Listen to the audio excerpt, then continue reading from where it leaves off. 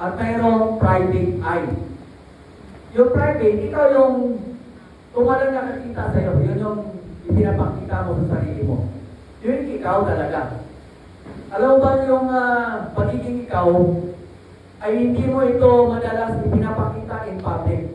Kasi una sa lahat, nahihiya ka. Yan.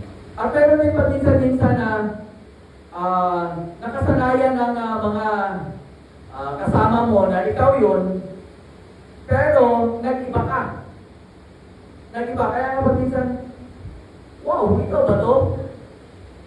Kung mayroon ka nga, kung bigla ka na lang umakyat dito sa taas, tapos lumanta ka bigla, hindi mo naman palaging ginagawa yan. Magtaka yung mga ano mo, yung mga kabrad mo, ano? Brother, ikaw ba yan? Ang hindi ikaw yan eh. Kung halimbawa, bigla ka na lang tumapang, ang pagkakilala sa'yo, duwag ka, ang sabihin ng mga kasama mo, ikaw ba yan? Hindi naman ganyan ang pagkilala mo, ang pagkakilala ko sa'yo. So parang nakakalito, no? Mabait siya ngayon, kinabukasan ang sungit. Matapang siya ngayon, pero bigla na lang naging broad. Yan. Ikaw ba yan? Nakilala mo siya sa pagiging fighter, pero mayroong isang panahon na naging broad siya. Kahit nga kausapin lang yung isang tao, ayaw kasi nga natatakot siya or nahihiya siya. So walang fixed personality. Dito po, sa explanation ng multiple identity, sabi ng sociology, sociological research acknowledges that the individual is not simply defined by one identity evolved from societal structures. Wala lang isang tao na i-define mo na isang tao lang sa societal structure. May debate nga dito. Ano ba yung mostly pinapakita na character trait ng isang tao? Yung bang siya nung ipinanganak o yung siya nung naisalang siya sa isang komunidad? Yan, ibig sabihin yan yung influence ng community. Yan. Ang sabi ng iba, kung pwedeng ang influence, ang ibabaw sa isang tao, o sabihin ko ng isang tao, mayroon din yung innate behavior niya, yun yung nangibabaw. So, depende po yan. Ang sabi rito, identities formed due to social roles, age, gender, reference groups, and social. So, ano yung mga sinamahan ng mga grupo, katagalan, na-adapt mo yung behavior ng grupo yun. Kaya nga, mayroon kang group identity na namana sa kanila. Ganun po yun. Kaya nga, sabi ng 1 Corinthians 15, no? Do not be deceived. Evil communication corrupts good manner. Sabi ni Rizal, sabihin mo sa akin kung sino yung mga kaibigan mo, at sabihin ko sa iyo kung sino ka. Sabihin malaki ang influence ng barkadahan, no? Ayan. Human behavior has been studied for over 200 years. Matagal na, no? And numerous theories developed to explain behavior. All the major theories recognizes the 4 dimensions or temperaments. Ito na yung sinasabi ni Sister Agnes kanina. Pero ito, lumang behavior classification, no? Ang una dyan is choleric, sanguine, phlegmatic, and melancholy. Yan, ano ba itong mga to? No? So, these 4 temperaments represent a unique cluster of inborn traits. Causes you, in part, to do what you do. Ibig sabihin yan, nagka-cluster, parang buwig-buwig, no? Kaya po pwedeng naghalo-halo yung choleric, yung sanguine, at saka yung iba pang temperament sa isang tao. Yan. Tapos, everyone is a blend of 4 temperaments. And the greatest influence on a person's behavior is from their first temperament. Yan. Sanguine o sanguine. Ang sanguine daw, as totality, sila? People-oriented. People-oriented, no? Sociable. Hindi siya mabuhay kung walang tao. No? At yun yung ano niya, yun yung karakteristik niya. Kaya nga hindi siya mag-isa lang sa isang lugar. Gusto niyang mag-join siya, kahit ano pa mga personalities ang nakikita niya. Yan, may mga taong ganyan. At sana ganyan kayo. Na parang hindi kayo mabubuhay na mag-isa lang. No? Na every Sunday, kailangan mayroon kang makasamang tao. Yung pangalawa, yung choleric, result-based. Result-based. Di ba? Halimbawa, sa grupo nyo, 5 lang kayo. Abay, isang taon na, 5 pa rin kayo. Walang nadagdag. Parang ayaw nyo na, no? Kasi nga, walang result. Di ba? Halimbawa, mayroon kayong pinapayuhan ng umayos. Tapos, gano'n pa rin, matigas pa rin ang ulo. Parang kumigib up ka na agad kasi walang resulta yung ginagawa mo. Result-based, ikaw yung choleric na sinasabi. Service-oriented. Yan, sana lahat kayo. Service-oriented ba kayo? Yes. Yan, ito yung mga servant. Sige, alipinin mo ako habang buhay. Okay lang sa akin. Yan. Ito yung karakteristik ng isang dapat ng isang manggagawa na katulad natin. Di ba? Sabi ng 1 Corinthians chapter 3, we are laborers together with God. Dapat service-oriented ka. Si Jesus Christ, gano'n, di ba? Nung naglakad sila ng matagal, tapos nakakita sila ng konting sapa, pinaupo niya yung mga disciples, no? Pagkatapos, pinunasan ni Kristo yung mga paa ng kanyang disipulo. Servanthood, service-oriented. Sabi ni Pedro, "Oy, Panginoon, huwag mo punasan yung paa ko. Kasi ako dapat ang magpunas ng paa mo. Hindi dapat ikaw ang magpunas ng paa ko."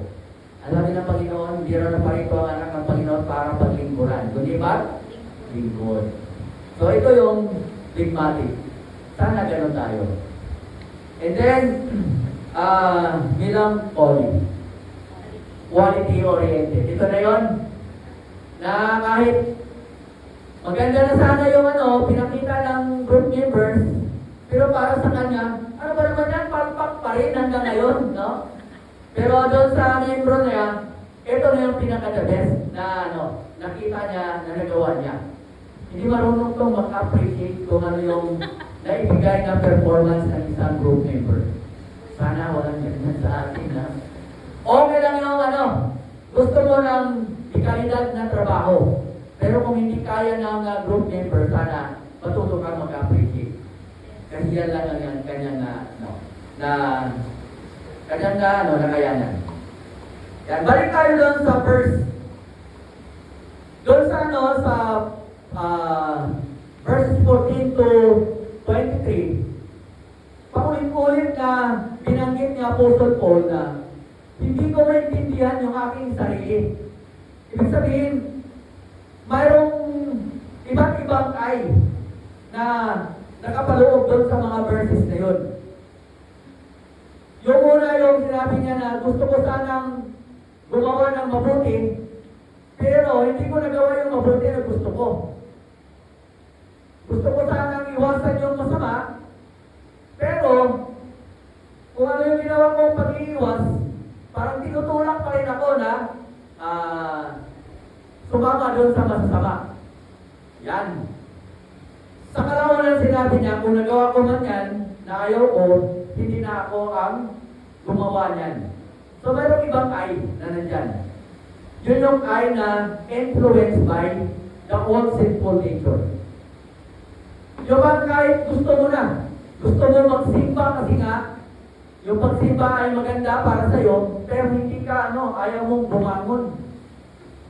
Gusto mo maging valedictorian, gusto mo maging summa cum laude, pero ayaw mo mag-aral. Ano ba ako? Hindi ko naintindihan yung sarili ko. Gusto kong magmahal, pero ayaw ko. Ayaw ko masaktan. Kasi nga, allergic siya sa sakit. Sakit sa puso, no? Yan. Gusto kong mag-serve sa Panginoon, pero parang hindi ako pupwede. Wala sa personalidad ko. Gusto kong mag-pastor, pero ayaw ko. Yan. Mayroon mga ganyan, Mga ganyang pakiramdam tayo. Yan. Gustuhin man natin, pero mayroong kakaibang pwersa sa ating, sa ating sarili na hindi natin naintindihan. Ang realization ni Apostle Paul is, yung old sinful nature na mayroon tayo, yung kasalanan na mayroon ng isang tao sa kalooban ng kanyang pagkatao, yun ang humahadlang sa kanya para gawin yung mabuti at hindi iwasan yung mga masasamang bagay. Pero dito sa verse 24, mayroon siyang sinabi na maganda. Sabi niya, "O rich man I am, kawawa namang tao ako. Who will rescue me from this body that is subject to death?" Yung death dito is minsan failure. Di ba?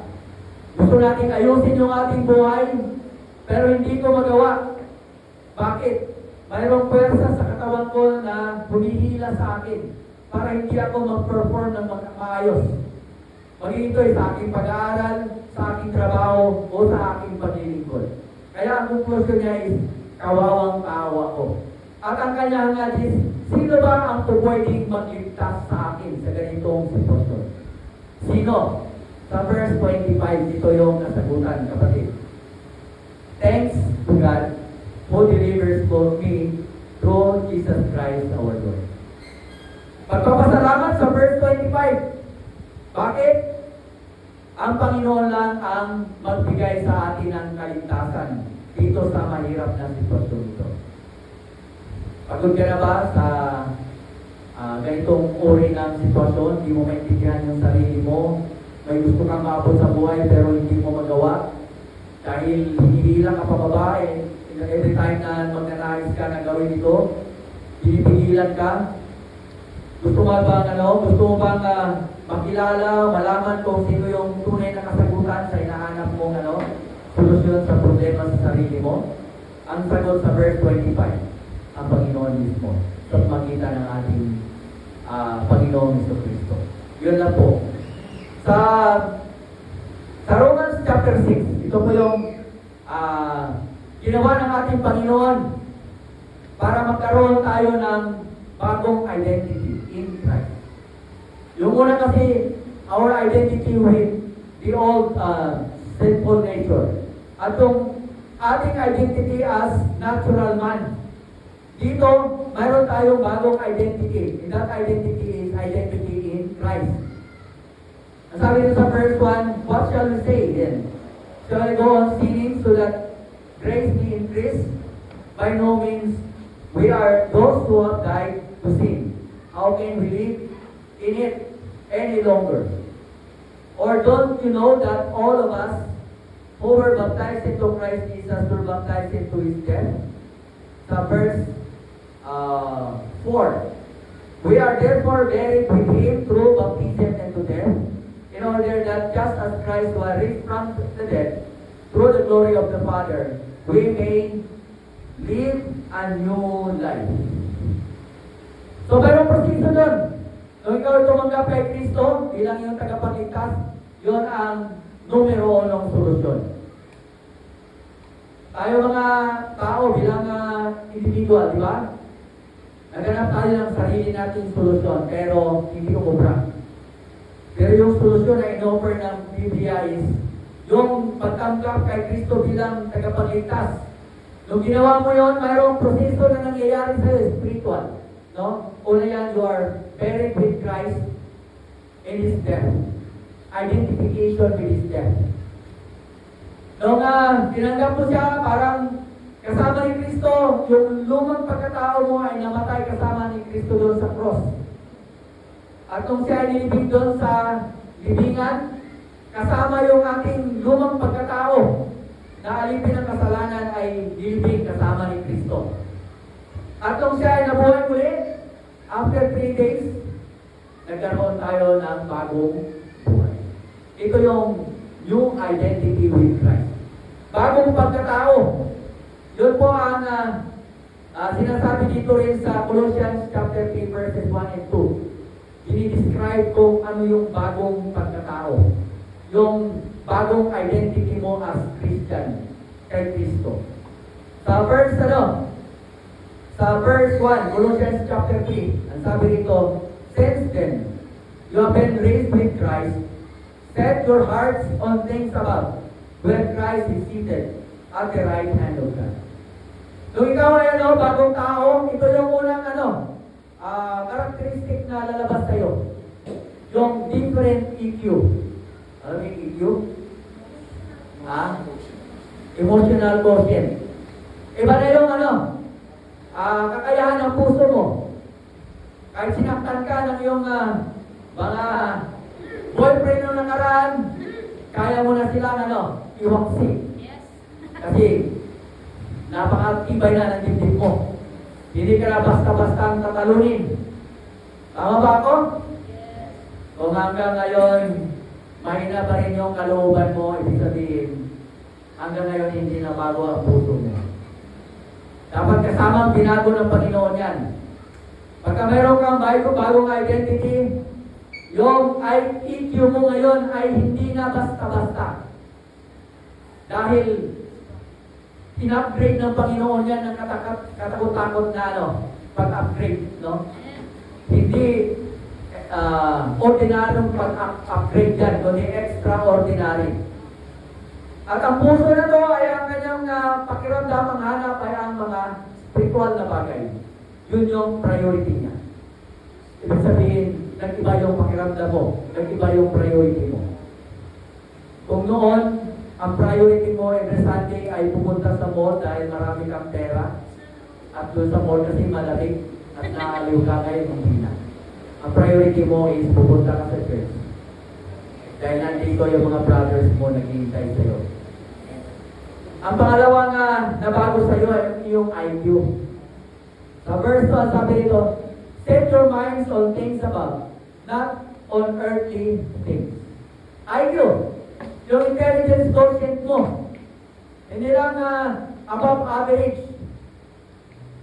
Hindi lang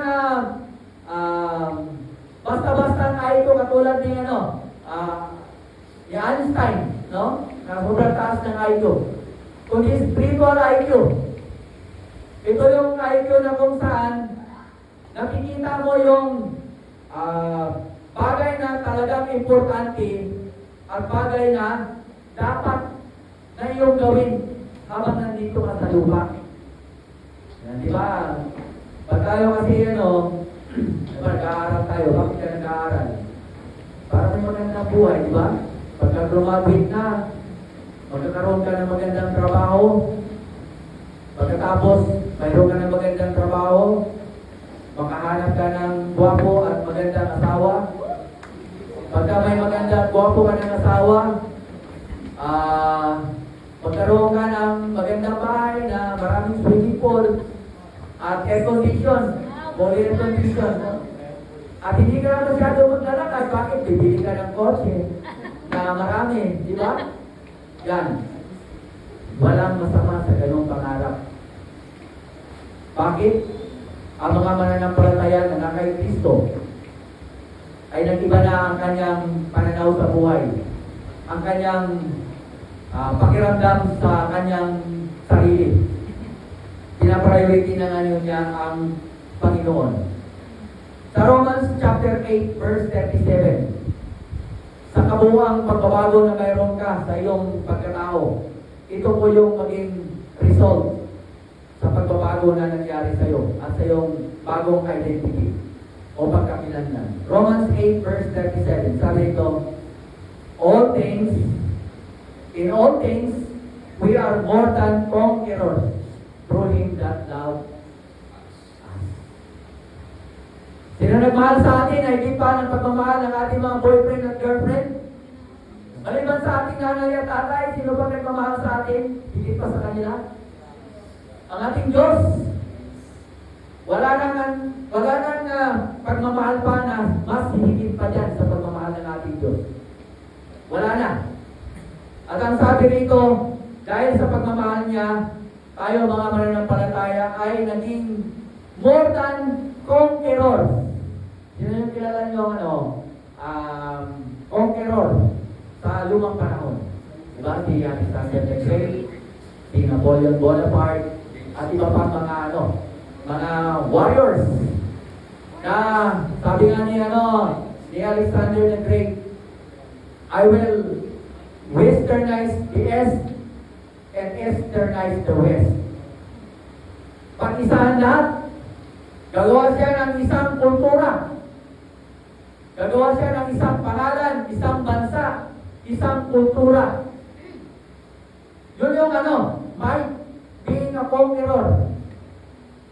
Pero katagalan, nung malapit na siyang mamatay, ano sabi niya?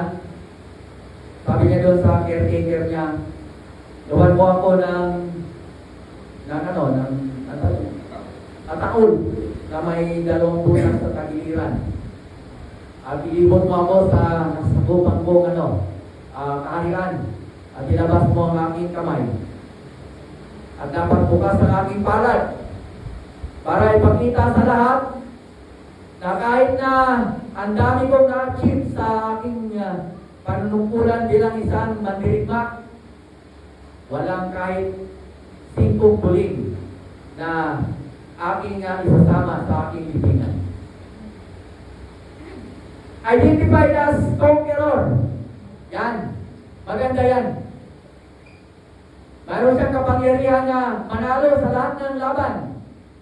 O, iba tayo, tumabak pa tayo sa mga laban na ang gusto mo lang lumaban kahit matalo. Ganun ba?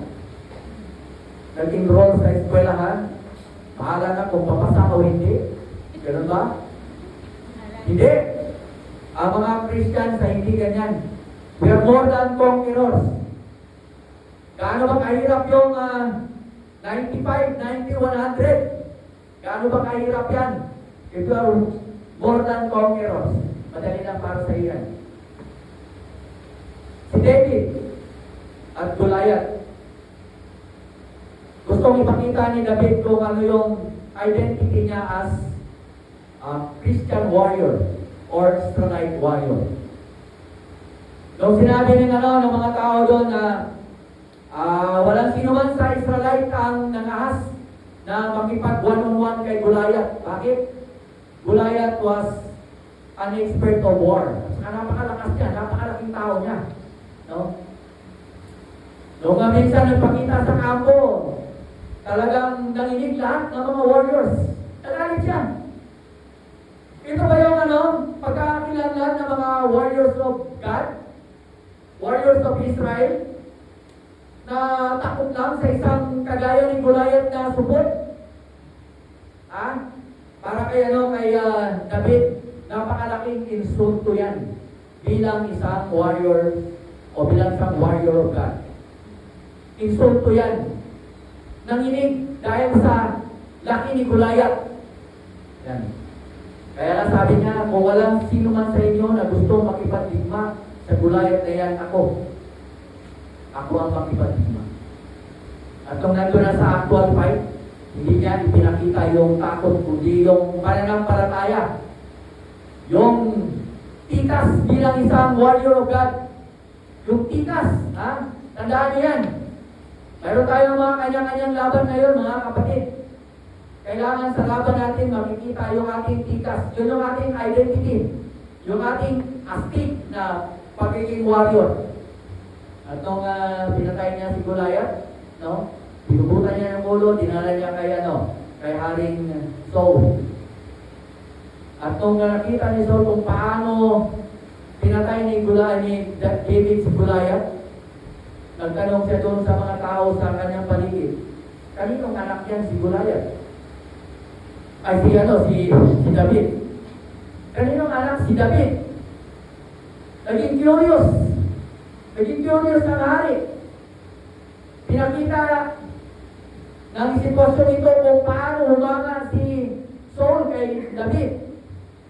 Paano ba siya dinurture ng kanyang mga magulang? Sino ba ang kanyang Diyos? Bakit ganyan siya ka-astig makipaglaban? Bakit ganyan lang ka-tikas bilang isang Israel, itong batang ito? Yan mga kapatid, pinapakilala dito kung gaano tayo ka-best warrior sa ating identity as Christian. Kaya nga, dapat walang young people sa Golden Shower Grace Gospel Church of Christ at sa Batasan Grace Gospel Church ang bumibigay sa mga problema na dumarating sa buhay ng mga mananampalataya. Wala dapat. Wala dapat tayong mga balitaan na umiyak. Ako, hindi naman umiyak yung mga babae, no? Dahil malaki ang problema. Wala dapat tayong mga balitaan na umulong, sumuko dahil sa bigat ng problema. Higit sa lahat, ipaglaban natin ang bawat grupo natin, yung ating care group. At wala dapat mawala isa man sa atin. Dahil yun ang pinakang tatak ng ating bagong identity in Christ. Yung tatak ng pagiging astig na mananampalataya. Yun po yun, na kahit mabagsik ang ating kalaban, mas lalo tayong bumabagsik bilang mga mananampalataya ni Kristo. Naway, na-bless tayo sa salita ng Diyos na ating napakinggan sa atin. Maraming pong salamat.